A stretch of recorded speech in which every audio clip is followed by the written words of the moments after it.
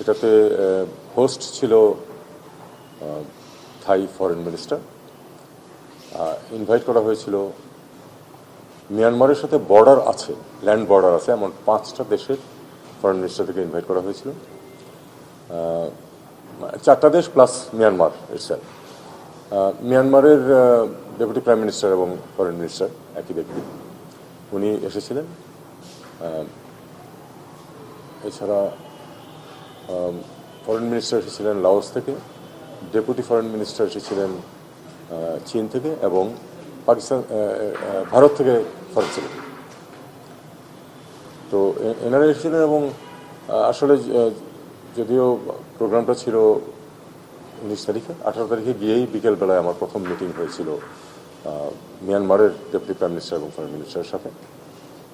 তারপরে পরের দিন আমি বাকি 3 জনের সাথেই কথা বলেছি।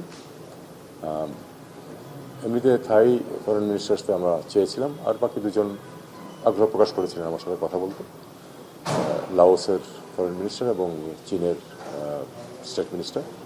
তো সেখানে তাদের সাথে আলাদাভাবে আলাপ হয়েছে। আর সকাল 10টা থেকে 12টা এই 2 ঘন্টা ছিল ইনফর্মাল কনসালটেশন, যেটা সবার একসাথে।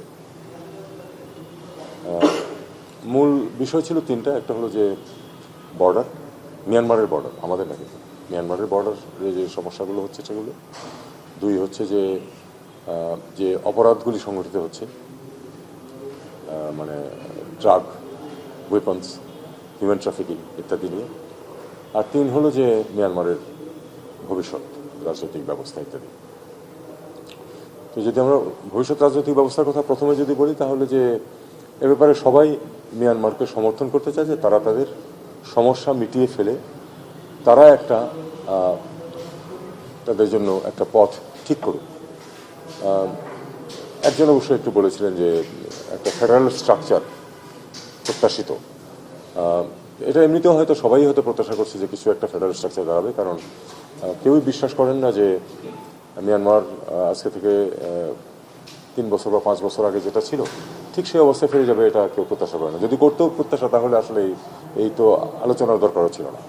যাই হোক, এটা এই পর্যন্ত। তবে সবাই যেটা বলেছেন যে আমরা মিয়ানমারকে সমর্থন করবো, তারা করুক, তারা কীভাবে করতে চায় আমরা ইন্টারফেয়ার করবো না, কিন্তু আমরা চাই যে এটা সমাধান হোক। এটাই ছিল মূল বক্তব্য। বর্ডারের ব্যাপারে প্রধানত যে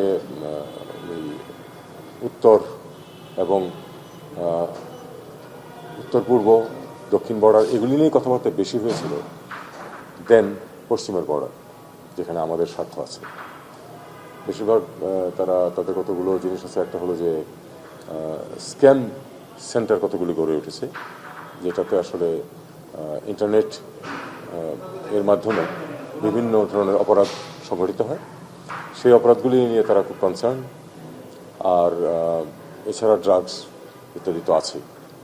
এবং তৃতীয় বিষয় যেটা ছিল যে অপরাধ এবং বর্ডারের প্রসঙ্গেও, অপরাধ এবং বর্ডার খুব কাছাকাছি দুটোই ইস্যু, এবং সেখানে তারা চেয়েছিল যে মিয়ানমার যেন যথাযথ ব্যবস্থা নেয়।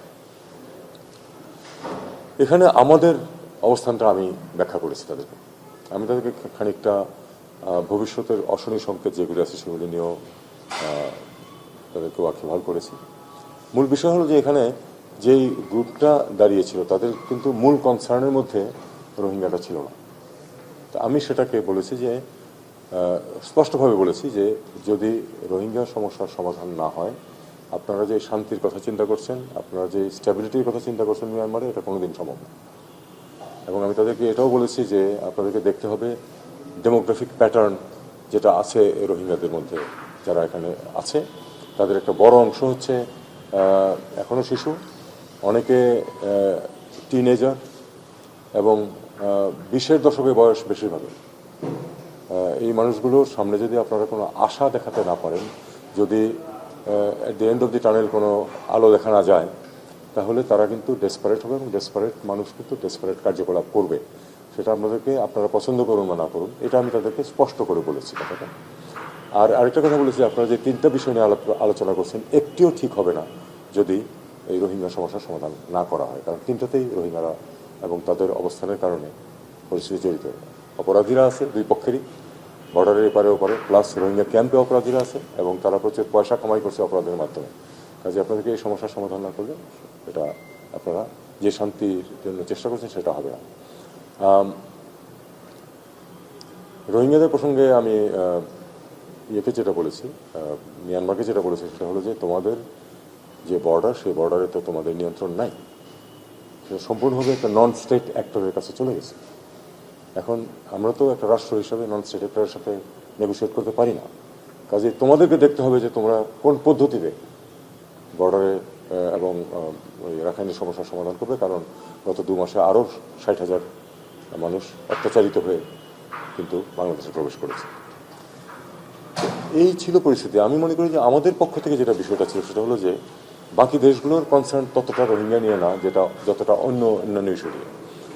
আমার এখানে আমি যদি দেখি যে এটা আমার এই সফরের ফলাফল কি, আমি এটুকু বলবো যে যেহেতু এটা ইনফর্মাল কনসালটেশন ছিল, কাজে আমার পক্ষে সহজ ছিল অনেক বেশি কথা বলা, যেটা হয়তো একটা অফিসিয়াল ভিজিট বা অফিসিয়াল মিটিং যখন হয় যেখানে আমি বলতে পারি না।